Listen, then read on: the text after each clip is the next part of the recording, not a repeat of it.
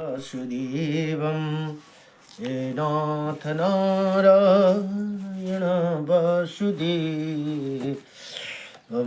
येनाथ नारायण वासुदेवं येनाथ नारायण वासुदेवं हरि ओम हरि ओम हरि ओम हरि ओम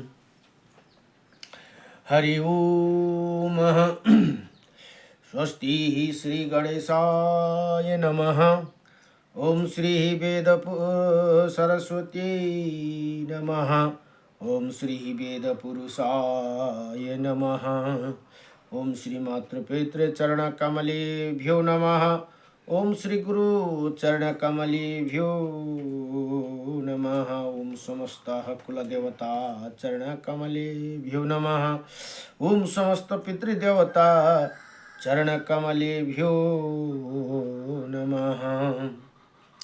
कृष्णं नारायणं वन्दे कृष्णं वन्दे प्रजाप्रियं कृष्णं द्वैपायनं वन्दे कृष्णं वन्दे प्रीताशुतं वासुदेवं सुत देवकं सचारुणमर्दनं देवकी परमानन्दं कृष्णं वन्दे जगद्गुरुं मुकुं करोति वाचालं पङ्गुं लङ्घयते गिरिं यत्कृपाः तमहं वन्दे परमानन्दमाधवं कस्तूरितिलकं ललाटपटले वक्षौ स्थूले कौस्तुभं नासाग्रे वरमौक्तिकं करतले वेणुकरे कङ्कणं सर्वज्ञ हरिचन्दनसुललितं कंठे च मुक्तं बलि गोपास्त्री परिवेष्टितो विजयते गोपालचूडामणि वंशी विभूषितकर्णं नवनीरदाभत पीताम्बरदारुणाभिमफलधरोष्टः पूर्णेन्द्रसुन्दरमुखः दरविन्दनेत्रात् कृष्णात् परं किमपि तत्तोऽहं न जाने। सच्चिदानन्दरूपायं विश्वोत्पत्यादिहेतवे त्रापत्राय विनाशायं श्रीकृष्णाय वयं नमः। ॐ कृष्णाय वासुदेवाय हरये परमात्मने प्रणत क्लेशनाशाय गोविंदाय नमो नमः। जय जय श्री राधे जय जय श्री राधे मेरी स्वामिनी मैं राधे जू की दास जन्म जन्म दीजियो मोहे श्री चरण कुबास जन्म जन्म दीजियो मोहे श्री वृंदावन कुबास। जय जय राधा रमण हरि जय जय नवल किशोर जय जय गोपी चितचोर प्रभु जय जय माखन चोर जन्म जन्म दीजियो मोहे श्री चरण कुबास जन्म जन्म दीजियो मोहे श्री वृंदावन कुबास। नारायणं नमस्कृतं नरं चैव नरोत्तमं देवीं सरस्वतीं व्यासं ततो जयामुदीरयति। हरिः ॐ श्री परमात्मने नमः। ॐ गुरुर्ब्रह्मा गुरुर्विष्णुः गुरुर्देव महेश्वरः गुरुर्साक्षात् परं ब्रह्म तस्मै श्री गुरुदेव नमः। अखण्डमण्डलकारकं व्याप्तयनं चराचरं तत्पथं दर्शितं येन तस्मै श्री गुरुदेव नमः। तस्मै श्री गुरुदेव नमः। गुरु कै चरण मेरो काशी प्रयाग सदा चरण को बास मिलो, सदा चरण को बास मिलो। ब्रजरस को मुरली धुन त्यो मनमा सदा मेरो गुन्जिरहो। गुरु कै चरण मेरो काशी प्रयाग सदा चरण को बास मिलो। गुरु कै चरण को चरण अमृतले सकल शरीर यो भीजी रहो। कृष्ण नाम को माला जपी जपी, राधा नाम को माला जपी जपी, अंत समय मा प्राण छुटो। गुरु कै चरण मेरो काशी प्रयाग सदा चरण को बास मिलोस। प्रेम को बाती बन न सकूं प्रभु, ज्ञान को ज्योति बाली रहो। भक्त हमी चरण कदाशी, भक्त हमी प्रभु कदाशी, कृपा दृष्टि सदैव रही रहो। गुरु कै चरण मेरो काशी प्रयाग सदा चरण को बास मिलो, सदा चरण को बास मिलो। हरि ओम। श्रीमन्नारायणं नारायणं नारायणं, लक्ष्मीनारायणं नारायणं, बद्रीनारायणं नारायणं, मुक्तिनारायणं नारायणं, श्रीमन्नारायणं नारायणं नारायणं, मत्स्यनारायणं नारायणं, कुर्मनारायणं नारायणं, भरनारायणं नारायणं, कच्छपनारायणं नारायणं, नरसिंहनारायणं नारायणं, वामननारायणं नारायणं नारायणं, परशुरामनारायणं नारायणं, श्रीरामनारायणं नारायणं, श्रीकृष्णनारायणं नारायणं, श्रीबुद्धनारायणं नारायणं, श्रीकल्किनारायणं नारायणं, श्रीमन्नारायणं नारायणं, लक्ष्मीनारायणं नारायणं, नारायणं परं ब्रह्म, नारायणं परं तप, नारायणं परं देव, सर्वनारायणं सदा। रामाय रामभद्राय श्रीरामचन्द्राय वेदसे, श्रीरघुनाथाय नाथाय सीताय पतये नमः। जय जय सीतारामचंद्र भगवान को, जय जय राधारमण भगवान को, जय जय लक्ष्मी नारायण भगवान को, जय जय उमापति शंकर भगवान को, जय जय कैलाशपति महादेव को, जय जय श्री राधे श्री राधे, जय जय श्री राधेश्याम। ओम नमो भगवते वासुदेवाय। श्री कृष्ण गोविंद। श्री ब्रह्मांड महापुराण अध्ययन हुँदै छन् र ब्रह्मांड महापुराण में जम्मा 3 भाग भनेर बताइएको छन्। 3 भागमा के भयो फेरि?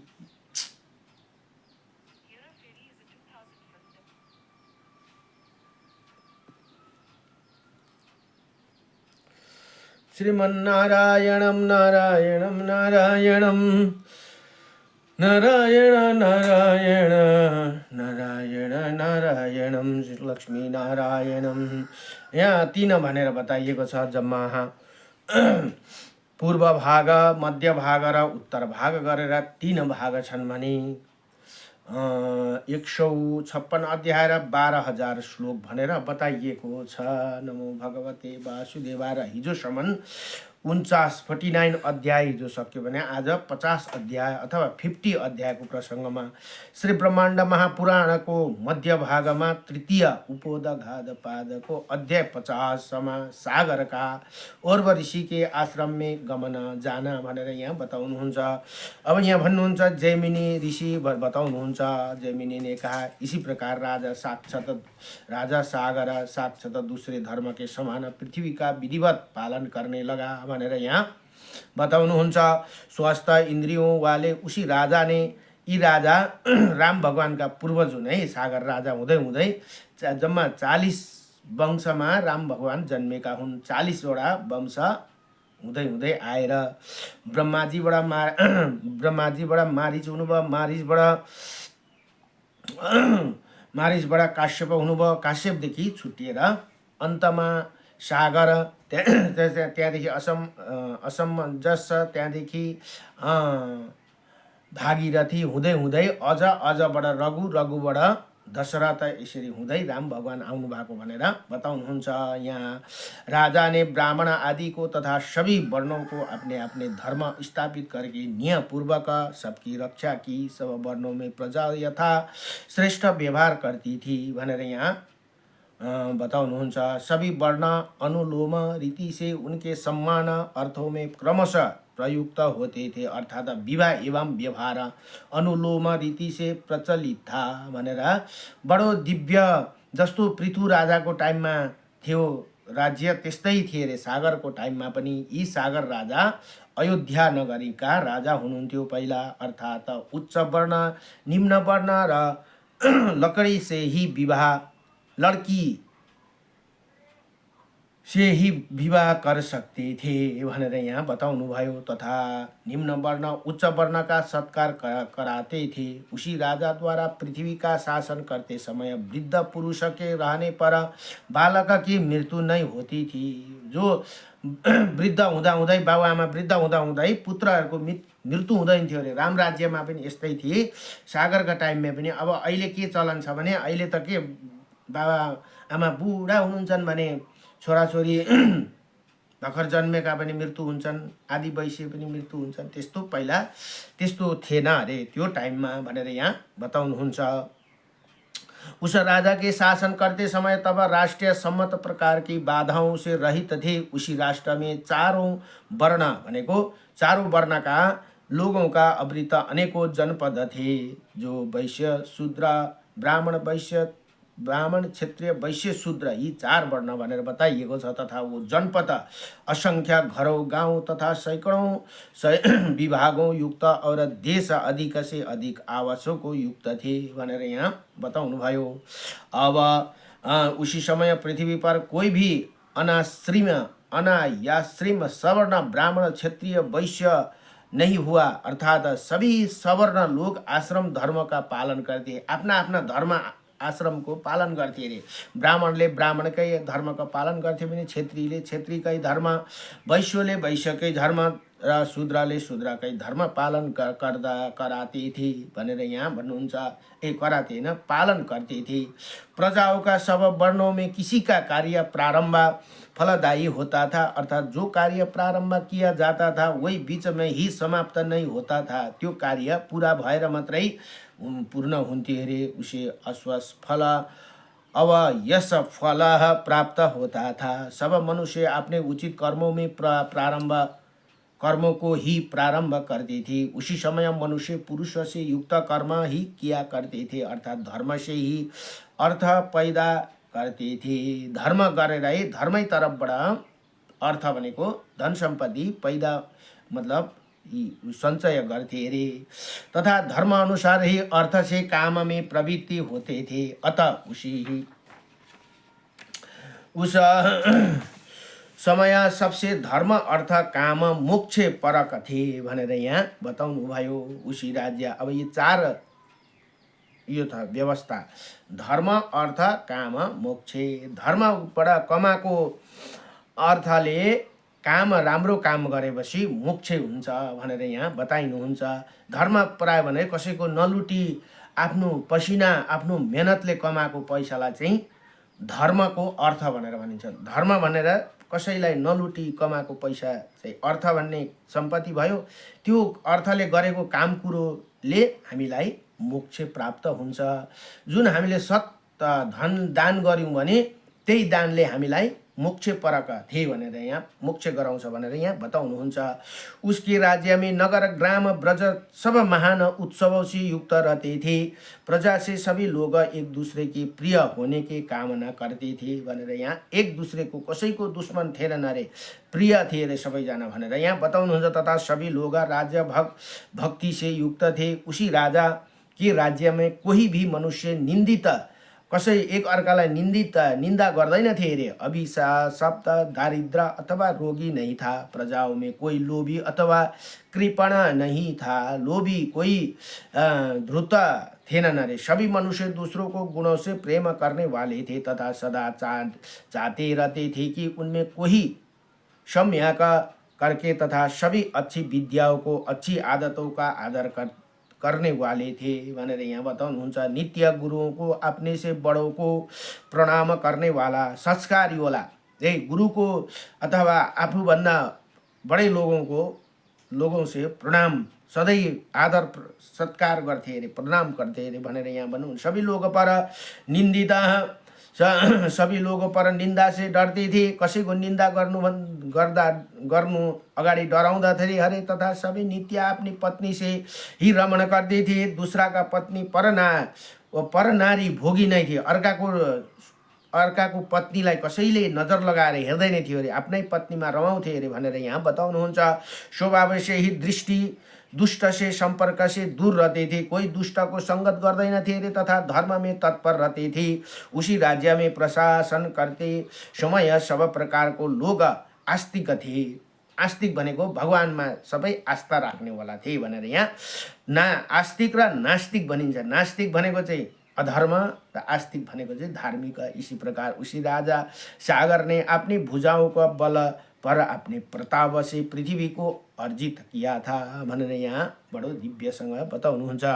अतः उसे उनके राज्य में ऋतुओं में भी समय के अनुसरण करने वाली थी। वर्षा के समय में वर्षा, सर्दी में सर्दी तथा गर्मी में गर्मी के समय में गर्मी पड़ती थी। अर्थात ऋतुओं में विकार नहीं था। पृथ्वी सदैव धान तथा अधिक से अधिक अन्न से भरी रहती थी। अतः इसी उपयुक्त प्रकार से स्थिति उसी राज्य को शासन काल में थी भनेर यहाँ बताउनुहुन्छ। जिसे राजा को सभी सदैव इंद्र की सभा की तरह 18 मंडलों में अधिपतियों से सेवा के लिए आए हुए अतिथियों को प्रसिद्ध पराक्रमों वाले सैकड़ों मधु भाषित राजाओं तथा मणि जड़ित आसनों पर बैठे हुए राजाओं ने रत्नों की प्रभाव से चमकती ही सभा उसी तरह सुशोभित होती थी। जिस प्रकार वो देवों से घिरा हुआ इंद्र की सभा में सुशोभित होता है। जस्तो इंद्रको सभामा हुन्थ्यो उनको सभामा पनि त्यस्तै हुन्थे रे। राजा सागर का सभामा उसी राजा के राज्य में संकेत के अनुसार करार या संविदा करने वाले सभी उपहार लेकर आने वाला करको लागि केही भन्नु पर्दैन थियो रे। आफै प्रजाहरू लिएर राजालाई आएर अर्पित गर्दथे रे। लोक तो राजा से मिलने आते थे। वो सब सैनिक को टुकड़ियाँ बनाकर नगर के बाहर चारों ओर पड़े रहते थे तथा राजा को देखने के लिए पहले उन्हें द्वार पर स्थित लोगों को भेजकर राजा को सूचित कराना होता था। तब कहीं राजा लोग उनके दर्शन कर पाते थे भनेर यहाँ यसरी बताउनुहुन्छ। उसी राजा के दोनों चरण झुके हुए सिर वाले राजाओं के मुकुट को धारा घर्षण ऐसे घायल हुए सुशोभित होते थे। उस राजा को सभा में आए हुए राजाओं द्वारा चारों ओर रत्नों के गिरने पर सदैव उसी तरह सुशोभित होते थे जैसे कि चंद्रमा और सूर्य से गुणा शोभित होते हैं भनेर यहाँ बताउनुहुन्छ। इसी प्रकार से वो सूर्यवंश के शिरोमणि यी सूर्यवंशबाट आएका हुन् है राजा।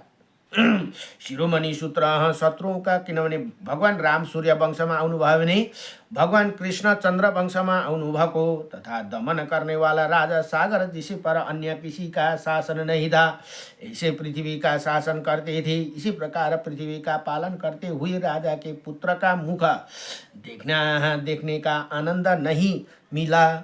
उसी पुत्र मुख से, अब इनको पुत्र थिएनन् अरे, उसी पुत्र मुख के अवलोकन बिना वो राजा अनेकों बार चिंताग्रस्त होने लगे। और अब यस्तो प्रतापी राजा थे, धन सम्पत्ति प्रचुर थियो, तर पुत्रको उनलाई लाभ थिएन अरे। कहने लगे कि हाय कष्ट है कि मैं इसी वंश में निश्चय ही पुत्र रहित हूँ भनेर यहाँ बताउनुहुन्छ। निश्चय हमारा पिता र पिंड के आपत्ति को प्राप्त होते, उसी पिंड दान करने पर वो दुखी हो जाएंगे भनेर यहाँ बताउँ। यसरी सोच्नुहुन्थ्यो अरे ती सागर राजाले, क्योंकि सत्य पुत्र के पैदा होने पर पितर निश्चित ही नरक से निकल कर जिस घर में पुत्र जन्म लेता है, उसी घर में प्रसन्न होकर उसी पुत्र के जात कर्म क्रिया को देखने के लिए उस घर में जाते हैं भनेर यहाँ यस्तो तरिकाले र पितृहरूलाई, त्यही कारण हामीले पितृलाई तर्पण श्राद्ध आदि कर्म पुत्रको धर्म हो, पुत्रले गर्नु पर्दछ।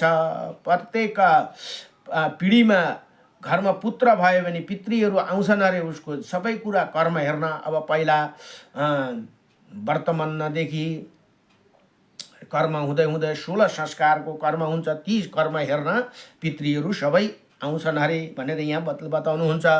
महान पुण्य करने से जो स्वर्ग को प्राप्त करते हैं, वही देवता लोग पुत्रहीन के लिए स्वर्ग के द्वार को नहीं खोलते हैं भनेर यहाँ बताउनु भयो। पिता दोनों का लोक ही तथा पितामह स्वर्ग लोक में सत्य पुत्र के पैदा होने पर राजा ने कहा कि मैं संतानहीन हूँ, अतः जो पुत्र वालों की गति होती है उसमें प्राप्त नहीं कर पाऊंगा भनेर यहाँ यसरी सोच्दछन्। क्योंकि वो गति मेरे लिए अत्यंत दुर्लभ है। पद में मेरा ये राज्य इंद्र को राज्य से भी अभिन्न है, अर्थात उसके समान है, उसके कम नहीं है। उनके समान श्रमिद्धि तथा अखंडित मेरा राज्य है भनेर यसरी सोच्दछन्।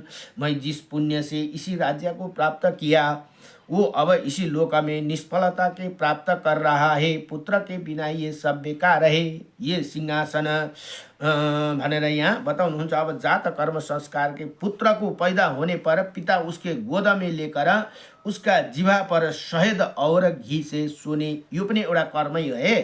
फर्स्ट कर्म घी से सोने के साल का द्वारा ओम लिखता है और कान में वेदसी कहता है भनेर यो एउटा कर्म फर्स्टमै सुरु। पुत्र जन्मिने बित्तिकै जो जन्मिन्छन् त्यतिखेर पैदाले, अब यो त्यतिखेर घिउ र मह किन चटाएको त भन्दा, घिउ र मह मिसाए बेला अरू बेला फेरि दुईटै कुरा अमृत है, घिउ पनि अमृत मह पनि अमृत, त्यो टाइममा मात्रै अमृतको काम गर्छ। अरू बेला फेरि घिउ र मह मिसाएर खानु हुँदैन है। घिउ र मह खायो भने विष, त्यसले त्यो घिउ र मह मिश्रित भएपछि खालि दुईटा चिज मात्रै मिश्रित गरियो भने त्यो विष भयो। तर यो यस्तो खालको भगवानले बनाइदिनु भयो, त्यो टाइममा एकै खेप त्यो नानीलाई घिउ र मह मिसाएर चटाउँदा त्यो अमृतको काम गर्छ। अरू बेला हामीले त्यो मात्रै मिसाएर, जस्तै पञ्चामृतमा 5 वटा चिज मिसाउँदा भयो, दूध दही घिउ मह शक्कर, यति 5 वटा चिज मिसाउँदा पञ्चामृत हुन्छ भने त्यसमा दोष हुँदैन। तर घिउ र मह मात्रै तपाईँ मिसाएर खाने गर्नुभयो भने त्यो तपाईँलाई विषको काम गर्दछ त्यसले। तर यहाँ यो भनिन्छ यसरी, जात कर्म संस्कार एउटा त्यहीँबाट सुरु हुन्छ। अनि सेकेन्ड सुरु भयो अब न्वारानबाट, न्वारानदेखि त्यहाँबाट भात खुवाई, यस्तो हुँदै हुँदै हुँदै 16 संस्कारमा अन्तिम संस्कार दाह संस्कार भनेर, जब मृत्यु भएपछि दाह संस्कार हुन्छ, अन्तिम संस्कार थियो। मैले बनाएको छु, म जो 16 संस्कारको पनि मैले लेखेर राखेको छु, म तपाईँलाई बताउँदछु कुनै दिन। अब यहाँ भन्नुहुन्छ वेद असी कहते हे, त्यसो भन्नु अरे यहाँ। अब जब पुत्र पैदा हुन्छन् होने पर पिता उसके गोद में लेकर उसकी जिभा पर शहद और घी मह घिउ मिसाएर सोनेको पात्र अथवा चम्चीले चटाइदिन्छन् अरे। ओम लिखता है। अब ओम लेखिँदैन तर चटाइन्छ, ओम लेख्नुपर्छ अरे खास। सुनको सालक भनेको सानो लेख्ने पेन जस्तो हुन्छ। अथवा चाँदी सोनाको चम्ची, अब सोनाको चम्ची त सायद जहाँसुकै हुँदैन उपलब्ध है। चाँदीको चम्चीमा अथवा चाँदी पनि छैन भने अरू स्टिलहरूको चम्चीले यसो चटाइदिएर कानमा वेदसी भन्नुपर्दछ अरे भनेर यहाँ बताउनु भयो। जो मेरे पूर्वजों ने अधिष्ठिता किया है, पुत्र ना होने से ये सिंहासन ये राज्य सब कुछ पराधीनता को प्राप्त हो जाएगा भनेर यहाँ यसरी अब राजालाई पुरा के अरे चिन्ता हुन थाले। जस्तै भागवतमा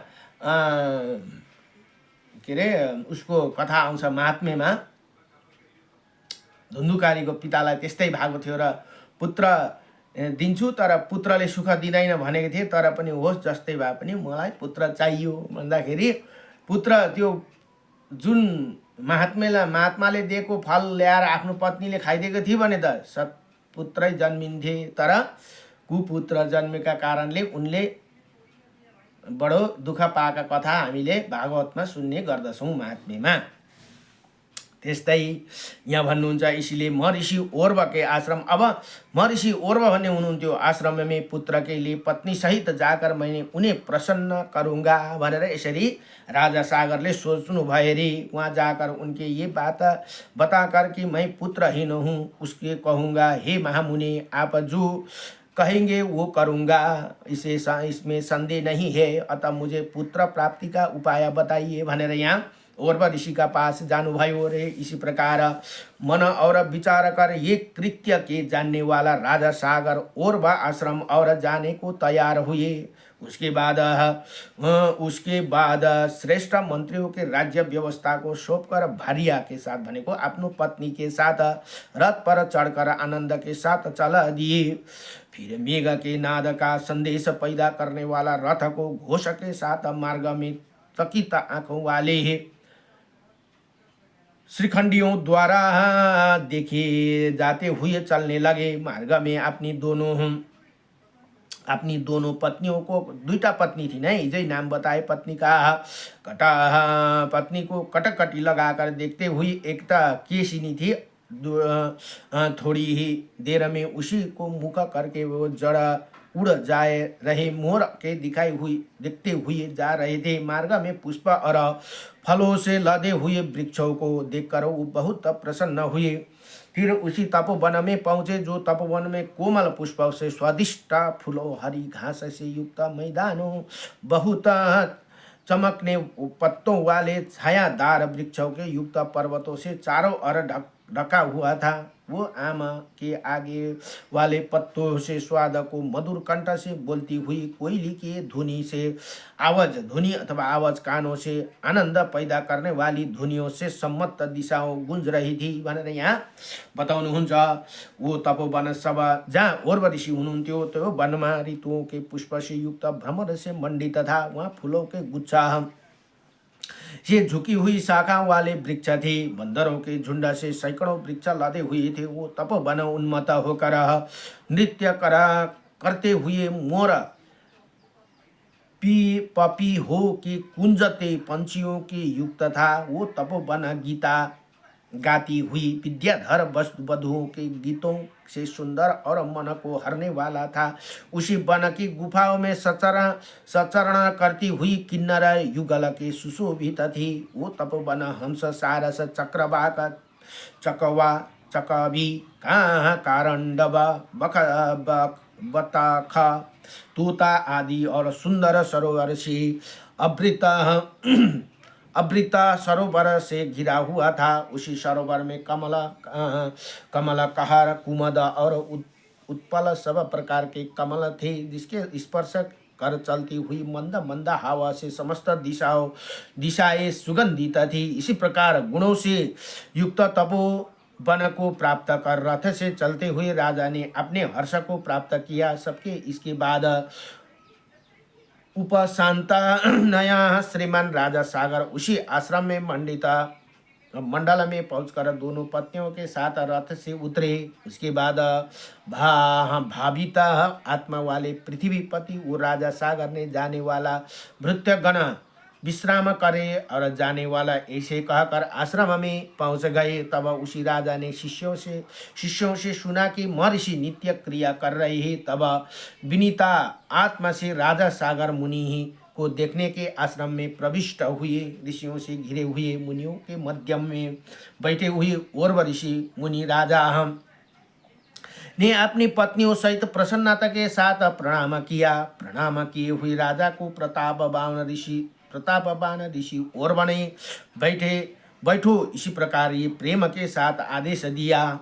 फिर महामुनि अर्घापाद्य पूजा की सामग्री विधिवत सत्कार करके वन वस्तु फल फूल कंद मूल आदि से पत्नियों सहित राजा का अतिथि सत्कार करे, उन्हें प्रसन्न किया भनेर यहाँ बताउनुहुन्छ। इसके बाद अतिथि सत्कार के बाद प्रणाम करके आगे बैठे हुई राजा से महर्षि ओर्व कोमल अक्षर वाणी में बोले, हे राजन, तुम्हारा राज्य की बाहर से और अंदर से सब प्रकार कुशलता है न, तथा समस्त प्रजा की धर्म पूर्वक तुम रक्षा करते हो न भनेर यहाँ यसरी सोध्नुहुन्छ। क्या तुम राजनीति के साम दाम दंड और भेद इन उपायों से धर्म अर्थ और काम इन तीनों वर्गों में जीतने की सम्यक इच्छा रखते हो? क्योंकि आपके द्वारा सम्यक प्रकार से प्रेरित धर्म अर्थ और काम ये तीन गुण है। धर्म अर्थ काम मोक्ष तीन चार मोक्ष गुण फल प्रदान कर दे। हे निपुर श्रेष्ठ, सौभाग्य से तुमने समस्त शत्रुओं को जीत लिया और सौभाग्य से तुम समस्त राज्य की धर्म द्वारा रक्षा कर रहे हो भनेर यसरी ओर्व मुनिले राजा सागरलाई बडो प्रसन्नसँगले बताउनु हुँदैछ। जिनके धर्म में स्थिति होते उनके ये संसार में कोई आपत्ति नहीं होती। उसका धर्म क्या रक्षा करते ही, जिसका धर्म की रक्षा ही नहीं की है भनेर यहाँ बताउनुहुन्छ।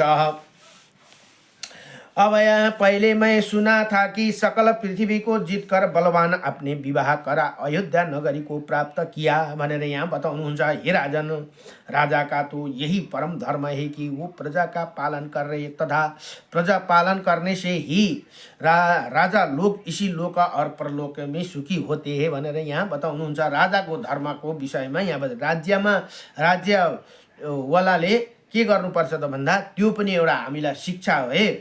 राज्यको राजा मुख्यमन्त्री प्रधानमन्त्री भएपछि के गर्नुपर्ने भन्ने कुरा यहाँ बताइदिएको छन्।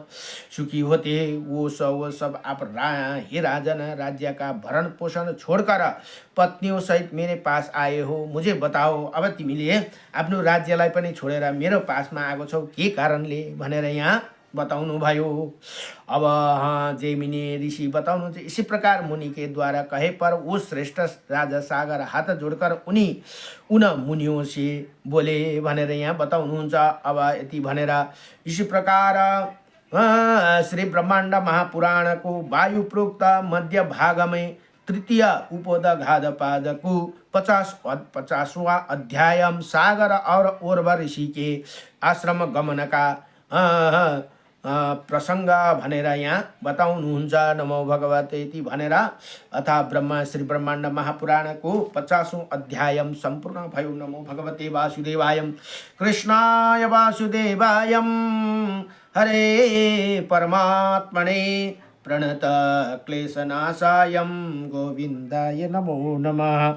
सच्चिदानन्दरूपाय विश्वोत्पत्यादिहेतवे त्रापत्राय विनाशाय श्रीकृष्णाय वयं नमः।